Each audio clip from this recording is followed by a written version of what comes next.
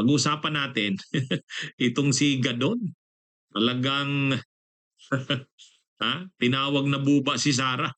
Buba daw si Sara Duterte. Sigurado galit na naman mga DDS dito kay Gadon. Kung paano noon si Gadon, pag nagsasalita, sinisigawan yung mga bobo. Di ba? Yung mga dilawan at kakampings noon. Kasi noon, si Gadon, Marcos Duterte na Marcos Duterte yan. Nung elections ng 22, tumakbo pa siyang senador. Talagang pinagtatanggol niya yung Marcos Duterte noong 2022. Sinisigawan niya yung mga dilawan, kakampings ng bobo. Ngayon, dahil sa kanyang pagtulong kay Marcos, grabe rin yung niya, sakripisyo na manalo sila Marcos at si Duterte, inappoint siya. Presidential Assistant for Poverty Alleviation. Yan yung posisyon niya, cabinet trangkyon. Kaya lang, dahil nag-away ang Marcos at Duterte, itong si Gadon, mas pumanig siya sa Marcos. Kumbaga, nung magkakampi ang Marcos Duterte, walang problema, Marcos Duterte siya. Pero nung nag-away na yung Marcos at Duterte, pinili niya na mag-Marcos. Kaya ngayon, diehard na Marcos ito. Kung ang mga DDS mayroong diehard Duterte supporters, siya naman diehard Marcos ito. Kaya ngayon, itong mga ni Sara Duterte, mga komentaryo ni Sara kay PBBM, ayan, tinawag ni Gadon na buba daw si Sara. Buba. Buba dahil kinakantsawan pa ni Gadon. Ano ba naman tong Vice Presidente ng Pilipinas? Sabi ni Gadon. Ano yan? Kung makapag-English, bali-bali. Ano daw ang English ni Sara? Sabi ni Gadon. Kaya ito? Sabi ni Gadon, buba daw ang Vice Presidente. Kahit daw sa pag-i-English. Nakakahiya daw, sabi ni Gadon.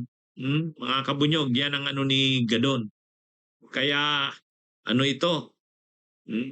Itong mga ito ngayon ni Gadon, mga atake kay Sara, sigurado nakarating na ito kay sa mga DDS. Pero yan, talagang yan si Gadon, na yan ngayon. Naranasan niya na kasi na yung mga DDS, dati kasi kakampi niya. Pero ngayon, na siya? Nakita niya na yung ng mga DDS, bastos, panatiko. Ngayon, sabi ni Gadon kay Sara, bakit tinawag niyang buba? Sabi niya, buba, you cannot even speak straight English. Ano naman talaga si Sara?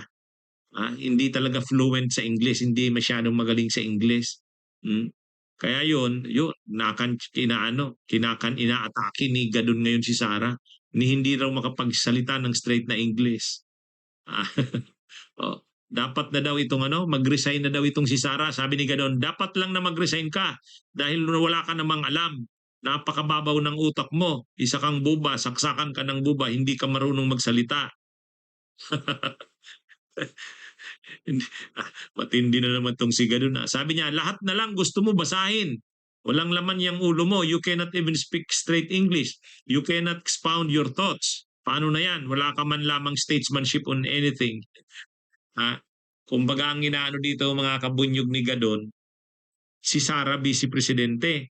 Nag-aambisyon pa daw maging presidente. Ang problema, si Sara, kapag nagsasalita, nagpapaliwanag, sumasagot sa mga tanong, parang hindi Vice Presidente.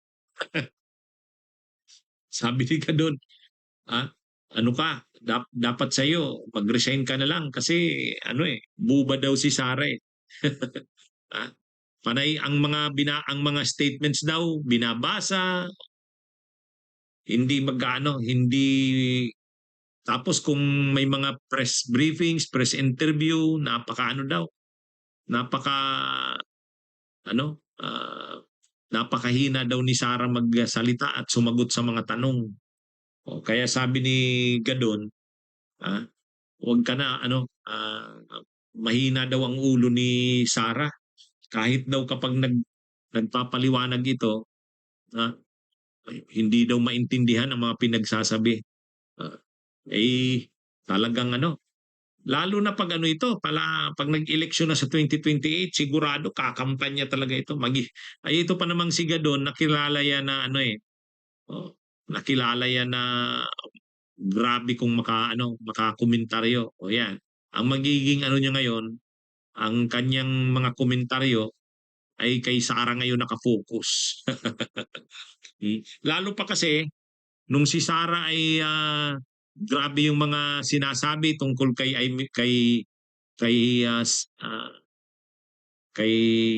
Lisa Araneta, kay PBBM, ay siyempre si Gadon, loyalista yan ni Lisa Araneta. Yan yata yung tumulong na ma-appoint siya. Ah. At saka ano yan, tinatanaw talaga ng malaking utang na loob ni Gadon yan. In-appoint siya sa gabinete. Hmm. Kaya ipaglalaban talaga yan ni Gadon ang administrasyon. Lalo na ngayon na sila Sara Duterte, kung ano-anong mga ginagawa at pinagsasabi tungkol kay PBBM, saka kay Lisa Araneta. Oh. Kaya ngayon, ang mga salita din ni Gadon, dahil yan naman talaga diyan nakilala si Gadon sa mga salita na na matindi. O ngayon, yung mga komentaryo niya na matindi, yung ang nakaranas na ngayon diyan, itong si Sara. Kaya yung mga DDS sigurado titirahin na naman yan si Gadon. Anyway, abangan na lang natin mga kabunyog, mga kababayan, anong mangyayari diyan kay Gadon. Bunyog, bunyog, halikan na kasama ka. Bunyog, kapag buklod ay may pag-asa. Luzon, Visayas, Mindanao, isa ang pananaw. Sa bagong Pilipinas ang bunyog isisigaw. Bunyog.